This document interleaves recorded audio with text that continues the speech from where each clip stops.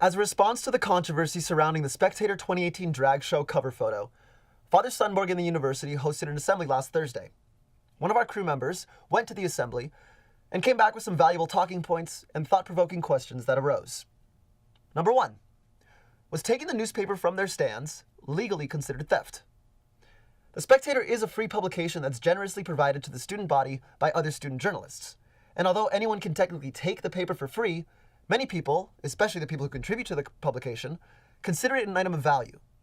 So, Father Lee's decision to remove the issues from the campus paper stands violated the Spectator's right for free speech, which, as journalists, they deeply believe in. In addition, it violated the market for conversation, and this violation deprives us of our ability to have conversations about these topics and open the door for counter-speech when we need it. Number 2. What's the difference between having the picture on the cover of the newspaper versus having it anywhere else inside of the paper? Would it still have been removed? Would it still have caused tension between the university and its students?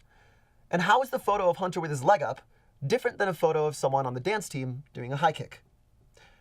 Athletics takes photos of members on the dance team in similar positions, and the administration essentially doesn't bat an eye. This bias reinforces the mentality that queer and trans people need to be kept undercover, and when a person in a position of power, like Father Sundborg, enacts this type of behavior, it provides an unethical model to the community of how students should act, which strays from the university's new core value, which emphasizes education through diversity. Number 3. Many students who shared their thoughts at the assembly said that there needs to be more successful communication among the Seattle University community. Students are calling for the university to improve communication between administration and students. In particular, one of those policies suggested at the assembly was a call for ethics training, specifically for housing staff, RAs, and professors, but it should not be limited to only these groups. In addition, certain members in the SU community didn't appreciate the way Father Sundborg communicated his apology. They felt he was apologizing for how they reacted to his words instead of for him apologizing for what he said. Community members think the administration needs to implement policies that aid in expressing discomfort, and it needs to recognize vulnerability in students, because identities don't get turned off when they leave the classroom. Overall, the assembly addressed Father Lee's actions which violated students' right to print and receive information, which limits their free speech. Now legally, since we attend a private Jesuit university, the administration is technically allowed to limit what is published and what is shared.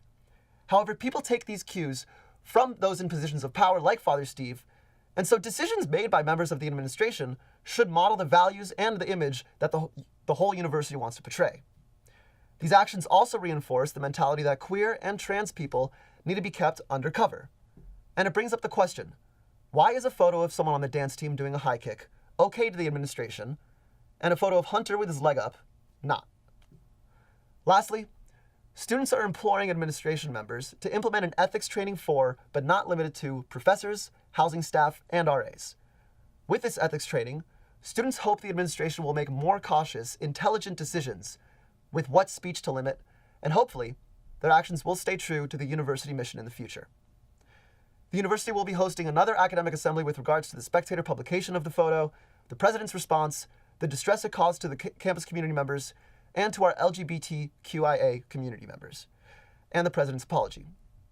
You can attend the assembly later today, May 1st, from 12:30 to 1:30 p.m. in the Pickett Auditorium.